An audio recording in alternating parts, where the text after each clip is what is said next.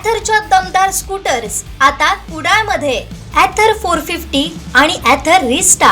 आजच भेट द्या Ather showroom, Mumbai Goa highway, Kudal, hotel spice कोकणच्या समोर. संपर्क 9730 1064 77. युवा वैश्यवाणी संघटनेनं प्रेस घेत वैश्यभवनमधील त्या कामाची माहिती दिली. पाहूयात. चॅरिटी कमिशनरने ती केस पुढे 2023मध्ये ओरसला पाठवली. त्यावेळी ओरसला चॅरिटी कमिशनरचं ऑफिस नव्हतं. 23मध्ये आली, त्यांची क्रॉस झाली, माझी क्रॉस झाली आणि ते क्रॉस करून त्यांनी एक हे तयार केला आणि तो कोल्हापूरला पाठवला.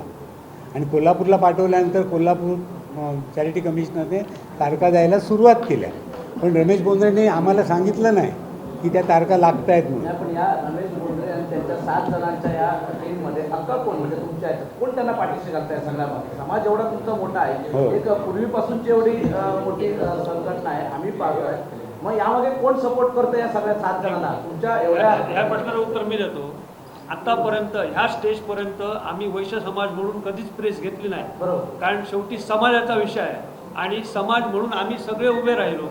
आम्ही हा विषय झाल्यानंतर ज्यावेळी ॲग्रीमेंट झालं त्यांचं, या आम्हाला ज्या बातमी झाली, आम्ही युवा संघटना स्थापन केली वैश्य समाजची, त्याच्यानंतर आम्हाला बातमी लागली, त्यानंतर आम्ही सर्व समाज बांधवांची विचारविनिमय केला आणि तरी पण आम्ही प्रेस घेतली नाही. कारण समाजाची लाज वेशीला टांगायची नव्हती आम्हाला.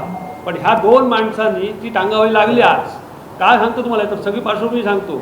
हे 2 माणूस, मीच म्हणजे समाज आणि समाज म्हणजे आम्हीच, असं वावरत होते. आम्ही काय म्हणत होतो, चल करतायत ना समाजाचं काम, कुठे नाही होते करून द्या, आम्ही भांडणं सगळी मिटवून एकत्र नांदूया ह्या हिशोबाने होतो. पण हा जो त्यांनी व्यवहार केला त्यावेळीसुद्धा आम्ही त्यांना बोलवलं की बा हा व्यवहार चुकीचा आहे आणि तुम्ही हा करू नका. सगळ्या आम्ही जवळजवळ 500 ते 700 समाज बांधव वैश्यभवनमध्ये होतो.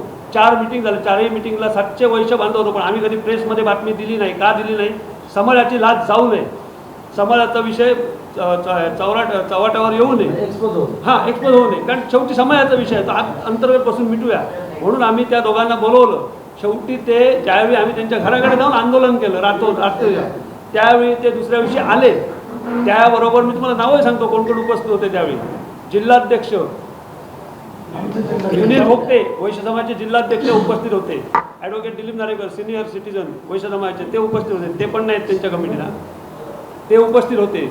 आणि हे 2 जण बाळ बोर्डेकर, रमेश बोंद्रे आणि ह्या 2 त्यांनी त्यावेळी सांगितलं, ह्यांनी सुचवलं म्हणून आम्ही ॲग्रीमेंट केलं. ह्यांनी सांगितलं मी सही मला तुम्ही दिली नाही, ठराव घेतला म्हणून. म्हणजे ते खोटं बोलले. एवढं असताना तरी आम्ही म्हटलं चला आता तो विषय नको. हे पण होते भाड आणि आमची सगळे 500-600 माणसं. काय ठरलं, रमेश बोंद्रे त्यावेळी एक जिल्हाध्यक्षांच्या पुढे शब्द दिला की समाज बांधवांना जर हे मान्य नसेल, हा ठराव मान्य, हे भाडं मान्य नसेल तर आपण असं करूया, आम्ही तो ठराव कॅन्सल करतो आणि आपण गुन्ह्याने नांदूया. हे सगळं झालं 8 दिवसात. आम्ही काय म्हटलं, आता ते सगळं ठराव कॅन्सल करतायत आणि सगळं व्यवस्थित होते, कशाला प्रेस घेऊन कशाला बेस्ट म्हटलं समाजवर. 4 दिवसात लगेच दुसऱ्या का तिसऱ्या दिवशी आम्ही हॉलमध्ये काम सुरू झालं म्हणून मी, अमित गोंडकर, संतोष मुद्द असे आम्ही 15-20 जण तिकडे हॉल बघायला. म्हटलं तुम्ही कोणाच्या आदेशाने काम करताय? आमच्या अध्यक्षांनी तर सांगितलं आहे की काम बंद करायचं आहे. त्यावेळी त्याच्या ठिकाणी मायकल डिसूजा वगैरे ते आले, त्यांच्याशी आमचं बोलणं झालं. वादविवाद काही नाही. म्हटलं आम्हाला वादविवाद करायचा नाही, तुम्ही हे काम करताय ते थांबवा असं आमच्या अध्यक्षांनी त्यांना सांगितलं. त्याच दिवशी दुपारी त्यांनी संतोष मुद्द्यावरती ॲट्रॉसिटीची खोटी केस दाखल केली.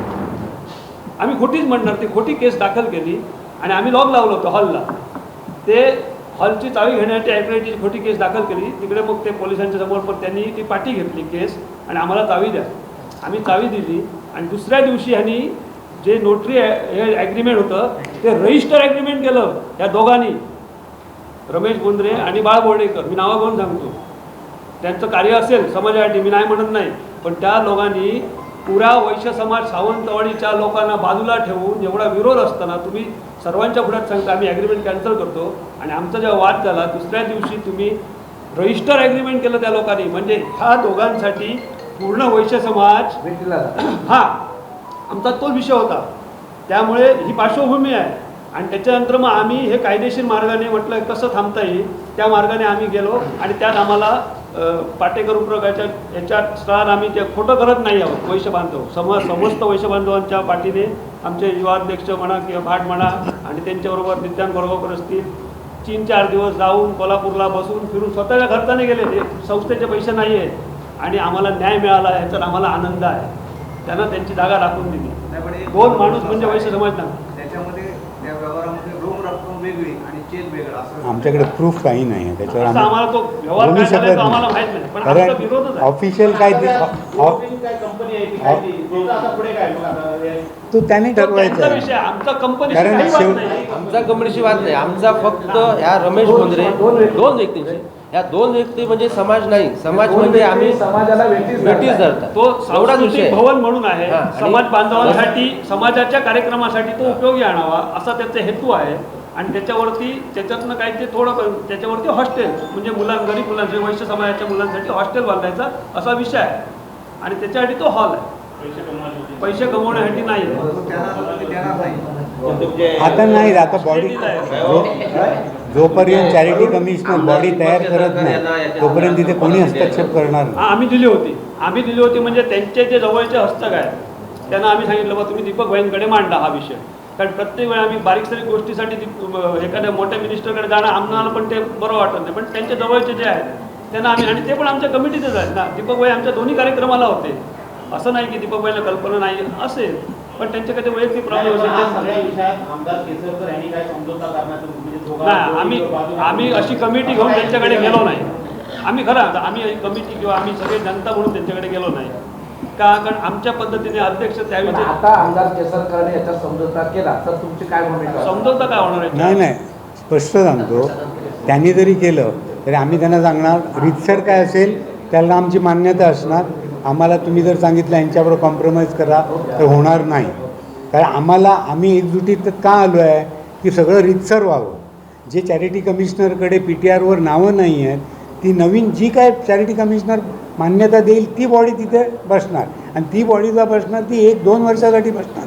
त्याच्यानंतर त्यांनी मेंबर करायचे आहेत आणि फ्रेश इलेक्शन घ्यायचं आहे. हे अजेंडावर हे असं आहे. अजेंडा म्हणण्यापेक्षा जी कॉन्स्टिट्यूशन जे आहे ते कॉन्स्टिट्यूशन तसं सांगतं आणि त्या कॉन्स्टिट्यूशनप्रमाणे पुढच्या गोष्टी चालणार आहेत. आम्ही पण अधिकार घेणार नाही आहोत. आम्ही चॅरिटी कमिशनर जे काही मान्यता देईल त्याप्रमाणेच आम्ही जाणार. उद्या त्यांचे 5 सांगितले, आमचे 6 सांगितले तरी आम्ही मान्य करणार. आम्ही नाही म्हणणार नाही.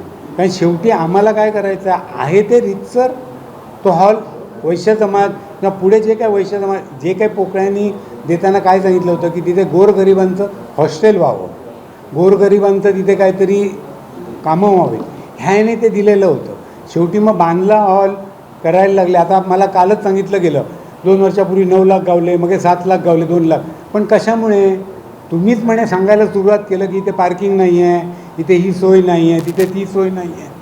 तीच जर सोय तुम्ही देण्यासाठी काहीतरी पर्याय काढत राहिला असता तर हॉल चालला असता ना. सावंतवाडीच्या शहराच्या मध्ये हॉल कुठे आहे? जिमखाना काय पार्किंगला मिळू शकत नाही नगरपालिकेकडे 2,000 रुपये भरले तर. पण हे प्रयत्न करत नव्हते कारण मला असं वाटायला लागलं की ह्यांच्यामागे यांचा काहीतरी वेगळा हेतू होता किंवा ह्याने अप्रोच एक 6 महिन्यापूर्वी केलेला आहे. त्याला जानेवारीत किंवा डिसेंबरमध्ये अप्रोच केला आहे. आता काल धर्मादाय स्टे दिल्याच्या नंतर त्या इमारतीच्या प्रेमियसमध्ये रमेश बोंद्रे गोवावर्डेकर नाही जाऊ शकणार. नाही किंवा कदाचित गेले तर तुमची पुढची काय आहे? नाही जाऊ, आम्ही त्यांच्यावर क्रिमिनल करतोय ना.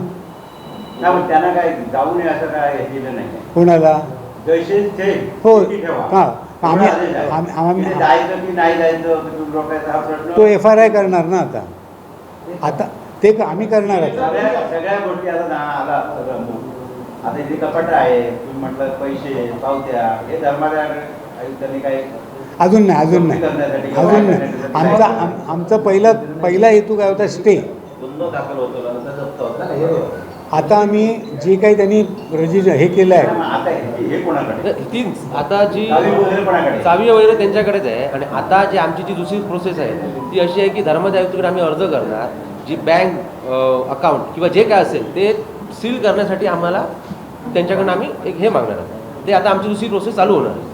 पहिलं आमचं हे होता की स्टे ऑर्डर, पहिलं काम थांबावं, पण हे सगळ्यात महत्त्वाचं होतं. आता एक म्हणजे ही स्टेप झालं तर ही दुसऱ्या स्टेपला तुम्ही म्हणता त्या स्टेपला आम्ही आता हात घालतो. मग तसं आम्ही अर्ज वगैरे खंडपीठाने तुम्हाला